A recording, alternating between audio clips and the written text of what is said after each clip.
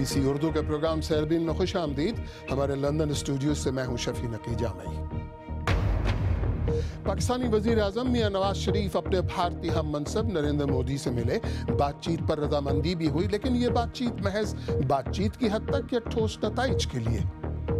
मेरे ख्याल जैसे पहले 14 प्रधानमंत्रियों ने पाकिस्तान की तरफ रवैया अडॉप्ट किया, 15वां भी वही कर रहा है और इसका भी हशर वही होगा जो बाकी पहले 14 का हुआ। कराची में शदीद गर्मी से हलाक होने वालों में से मुतअद्दिद की मैयतों को कफन दफन से पहले सर्द खानों तक में जगह न मिली। ये कैसा अजाब था। और टेक्नोलॉजी बुलेटिन क्लिक में देखिएगा एक ऐसा रोबोटिक बाजू जो बिना चू चरा आपकी सोच के मुताबिक काम करेगा। भारतीय वजीर आजम नरेंद्र मोदी ने वजीर आजम मियां नवाज शरीफ की जानिब से आइंदा साल पाकिस्तान में सार्क सरबराह इजलास में शिरकत की दावत कबूल कर ली। दोनों रहनुमाओं के दरमियान मुलाकात आज रूस के शहर उफा में शंघाई ताउन तंजीम के इजलास के तनाजुर में हुई, जहां दोनों मुल्कों को फुल मेंबरशिप भी मिली। दोनों रहनुमाओं की मुलाकात का एजेंडा जारी नहीं किया गया और उन्होंने मुलाकात के बाद मीडिया से भी गुफ्तगू नहीं की। तफसील के साथ आसिफ फारूकी। एक बरस की कशीदगी के बाद ये मंजर इन दोनों रहनुमाओं की तरह जनूबी एशिया के अवाम के लिए भी कुछ मुसर्रत का बायस बन सकता है। गो के ताल्लुकात में बेहतरी के लिए बहुत कुछ होना बाकी है, लेकिन इस सरबराह मुलाकात के बाद जो मुश्तरका बयान जारी किया गया उसमें एक नए आगाज के इशारे मौजूद हैं। They agreed that India and Pakistan दोनों रहनुमाओं के दरमियान इत्तफाक पाया गया कि खित्ते में अमन और तरक्की के लिए भारत और पाकिस्तान पर मुश्तरका जिम्मेदारी आयद होती है और इस मकसद के हुसूल के लिए दोनों रहनुमा तमाम हल तलब मसाइल पर बात के लिए तैयार हैं। इस मुख्तसर मुलाकात में कौमी सलामती के मुशीरों से लेकर फौजी अफसरों के दरमियान मुलाकातों की बहाली और मुंबई हमले के मुकदमे में ठोस शवाहिद के तबादले का फैसला भी कर लिया गया। इससे पहले के एक बरस में दोनों मुल्कों के दरमियान क्या कुछ नहीं हुआ। पाकिस्तानी वज़ीर आज़म के भारत के खैर सगाली के मुख्तसर दौरे के चंद हफ्तों बाद यानी अगस्त 2014 में भारत ने दोनों मुल्कों के खारजा सेक्रेटरियों की मुलाकात मनसूख करने का ऐलान किया। इसी साल अक्टूबर में पाक भारत सरहदी कशीदगी में अचानक इजाफा देखा गया और दोनों जानिब से होने वाली फायरिंग में दर्जनों शहरी हलाक हुए और मई में पाकिस्तानी फौज ने भारतीय इंटेलिजेंस एजेंसी रॉ पर कराची और बलूचिस्तान में बदअमनी फैलाने का इल्ज़ाम लगाया। तान यहाँ पर टूटी कि पाकिस्तान ने साफ साफ कह दिया कि ताल्लुकात में बेहतरी लाने के लिए पहल अब भारत को करना होगी। हम कह रहे हैं कि फ्रेंडली पावर्स जो हैं वो अपनी इन्फ्लुएंस इस्तेमाल करें हिंदुस्तान को समझाने की कि पाकिस्तान के साथ बातचीत करने में उनका भी भला है और खित्ते का भी भला है। पाकिस्तानी मुबस्सिरीन और हुकाम जानना चाहते हैं कि भारत की इस पहल की वजह आखिर क्या बनी। Asif Farooqui, BBC news. इस सिलसिले में दिल्ली में हमारे नामनिगाह शकील अख्तर ने भारतीय दिफाई तहकीक के इदारे IDSA के तज्जियाकार सुशांत सरीन से बात की। पूछा कि आखिर अचानक ऐसी क्या तब्दीली आई कि भारतीय वज़ीर आज़म अपने पाकिस्तानी हम मनसब से बातचीत के लिए तैयार हो गए। देखिए, इसका अगर मैं ऑनेस्ट जवाब दूं तो मुझे नहीं पता और शायद किसी को भी नहीं पता। जवाब या तो प्राइम मिनिस्टर हाउस में पड़ा हुआ है इसका, या फिर अमेरिका में पड़ा हुआ है पेंसिल्वेनिया एवेन्यू में।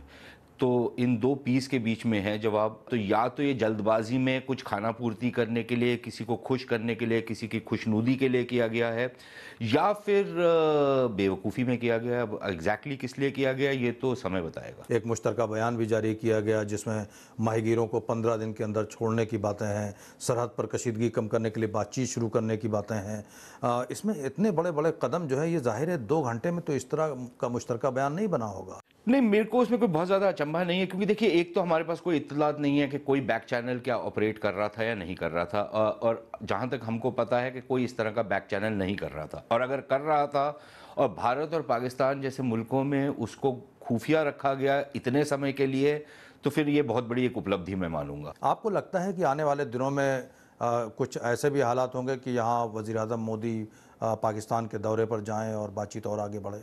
जिस तरह के हालात पैदा हुए हैं खित्ते में, उससे अगर हम पाकिस्तान के नज़रिए से देखें तो पाकिस्तान अपने आप को एक बेहतर स्थिति में पाता है भारत के बनस्बत।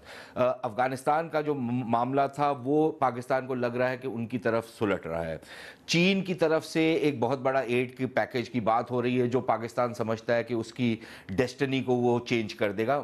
और तीसरा, जो अमेरिका और बाकी देशों से एक ज़माने में एक दबाव पड़ता था पाकिस्तान के ऊपर, वो भी बिल्कुल प्रैक्टिकली ख़त्म हो चुका है। और यहाँ तक ही नहीं, उनको अब हथियार भी मिल रहे हैं और एड भी मिल रही है। तो पाकिस्तान को ऐसी कौन सी मजबूरी है कि वो जिस देश को वो अपना अज़ली दुश्मन मानता है उसके साथ दोबारा से कोई रवाबित इस्टेब्लिश करे या कोई एंगेजमेंट करे। ना तो कोई कंपल्शन है और ना कोई ज़रूरत है।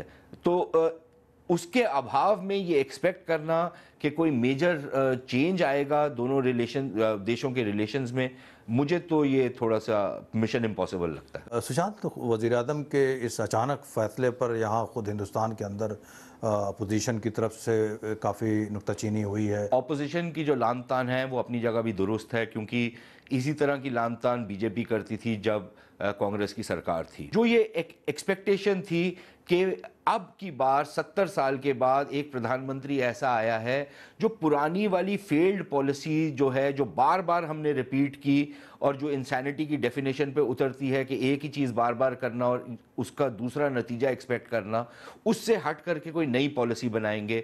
मेरे ख्याल जैसे पहले 14 प्रधानमंत्रियों ने पाकिस्तान की तरफ रवैया अडॉप्ट किया, 15वां भी वही कर रहा है और इसका भी हशर वही होगा जो बाकी पहले 14 का हुआ। तो इसका मतलब यह है कि आप जो भारत और पाकिस्तान का जो ताल्लुकात हैं वो आप उसमें कोई किसी बेहतरी के फौरी तौर पर कोई आसार नहीं देखते?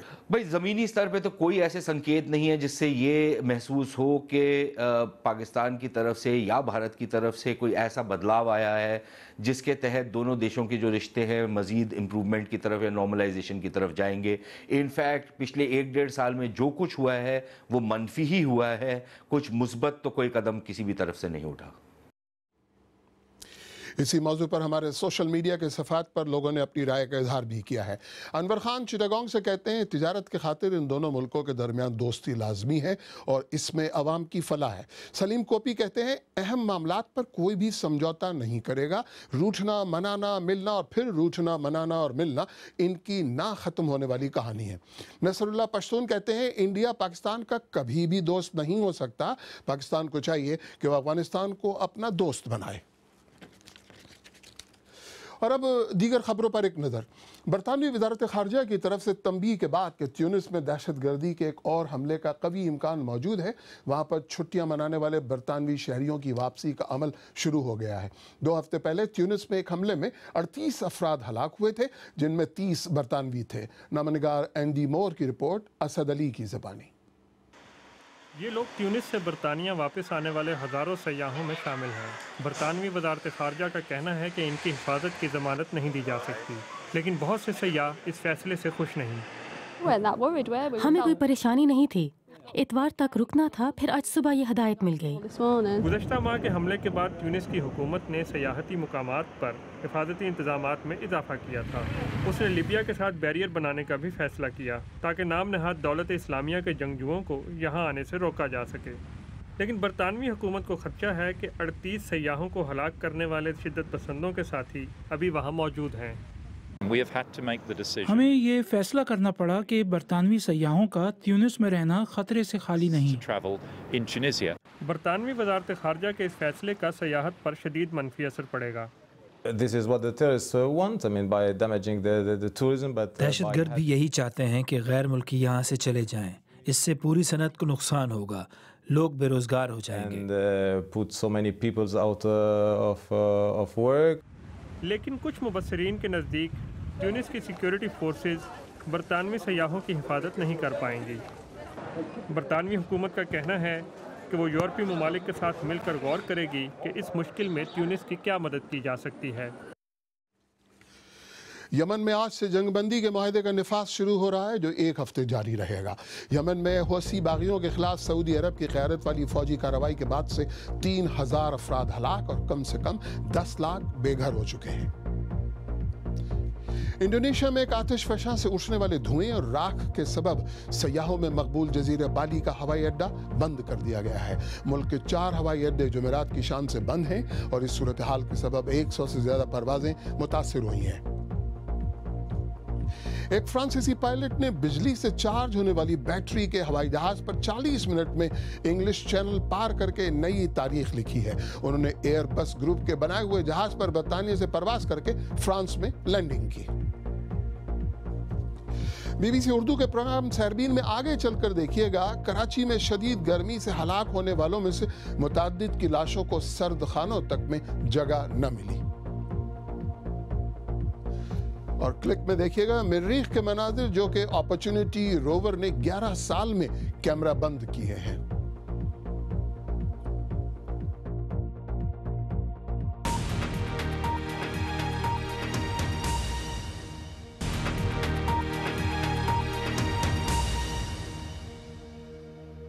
बीबीसी उर्दू के प्रोग्राम सहरबीन में एक बार फिर खुशामदीद।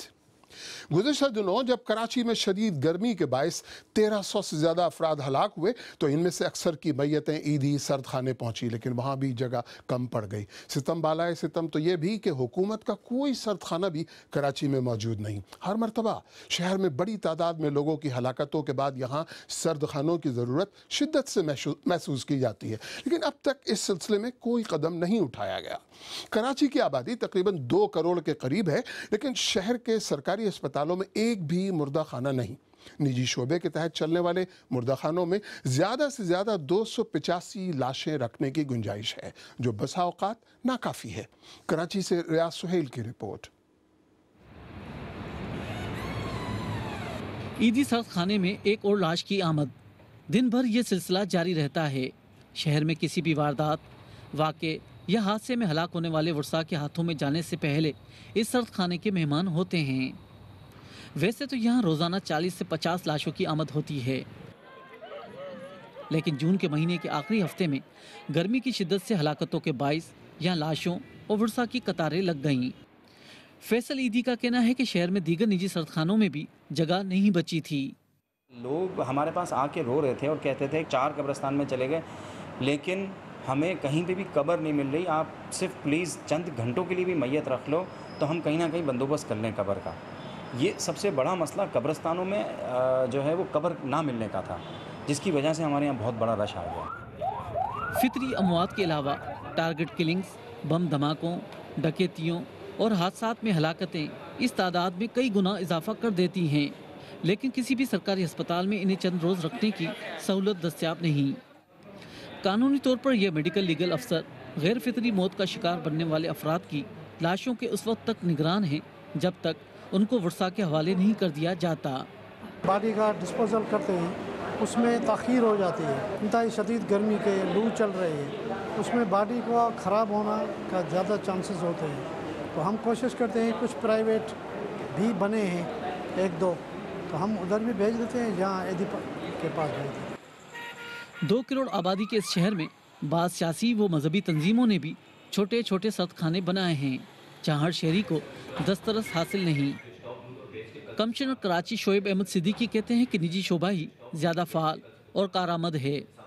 जब भी अल्लाह न करे ज़्यादा तादाद में डेथ्स होंगे तो ऐसे स्पेस इश्यूज़ ज़रूर आते हैं।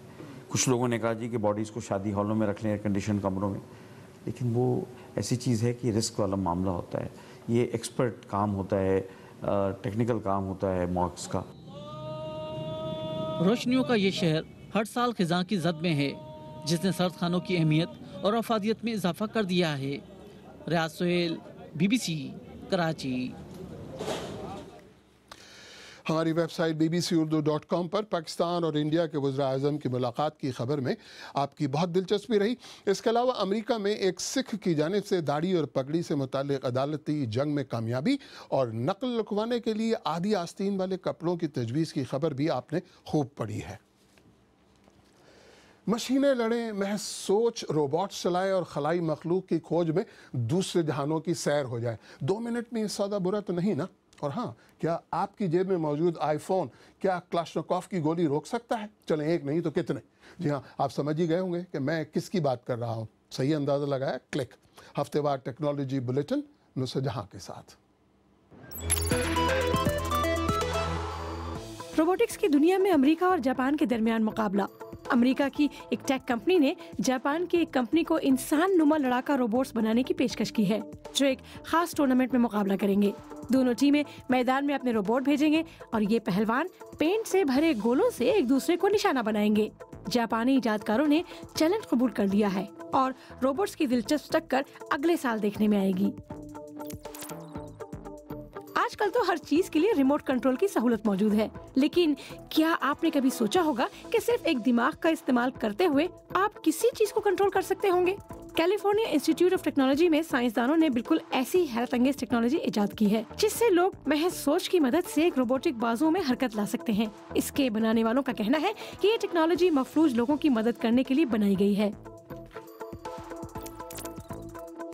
चले अब खिला की सैर पर चलते हैं। ये हैरत अंगेज मनाजिर मरीख के हैं, जिनको नासा के अपॉर्चुनिटी रोवर पर नस्ब कैमरे ने रिकॉर्ड किया है। रोवर को ये मनाजिर समेटने में 11 साल लगे हैं, जिसमें इसने 42 किलोमीटर का सफर तय किया है। सन 2004 में लॉन्च होने वाले इस रोवर का इब्तिदाई मिशन सिर्फ 90 दिनों का था, मगर ये साइंसदानों की उम्मीदों से कई तगड़ा निकला और 11 साल बाद भी मरीख के बारे में अहम मालूमात वापस भेज रहा है। और आखिर में एक ऐसे शख्स से मिलते हैं जिसके पास वक्त और पैसे दोनों कुछ ज्यादा ही हैं। अमेरिका का ये नौजवान जानना चाहता है कि कतार में लगे कितने स्मार्टफोन से क्लाशनकोव की गोली गुजर सकती है। 2, 3 और 4 भी नहीं, बल्कि 5। अगर आप आज का प्रोग्राम दोबारा देखना चाहें तो हमारे YouTube चैनल पर आइए। एक माशरा आखिर एक लड़की से चाहता क्या है, इस मौजू पर BBC उर्दू का गूगल हैंगआउट भी आप हमारे YouTube चैनल पर देख सकते हैं। पता है youtube.com/BBC उर्दू। आखिर में मैं आपको याद दिलाते चलें कि पाकिस्तानी और भारतीय वज़ीर आज़म की रूस में मुलाकात आज सैरबीन का बड़ा मौजू रही। वज़ीर आज़म नरेंद्र मोदी ने वज़ीर आज़म मियां नवाज शरीफ की जानिब से आइंदा साल पाकिस्तान में सार्क सरबराह इजलास में शिरकत की दावत कबूल कर ली है। अगर आप चाहें तो मुझसे और हमारी टीम के दीगर साथियों से ट्विटर पर भी रब्ता कर सकते हैं। मेरा ट्विटर हैंडल है @शफी_नकी_जामी। इसके साथ ही सैरबीन इख्तिताम को पहुंचा। प्रोग्राम में पेश होने वाले मौज़ूआत पर अगर आप अपने ख्यालात का इज़हार करना चाहें तो फेसबुक, ट्विटर भी हाजिर है। आप हमारे हैंडल @BBC उर्दू के ज़रिए भी हमसे रब्ता कर सकते हैं। तो मुझे मेरी पूरी टीम समेत इजाज़त दीजिए। खुदा हाफिज़।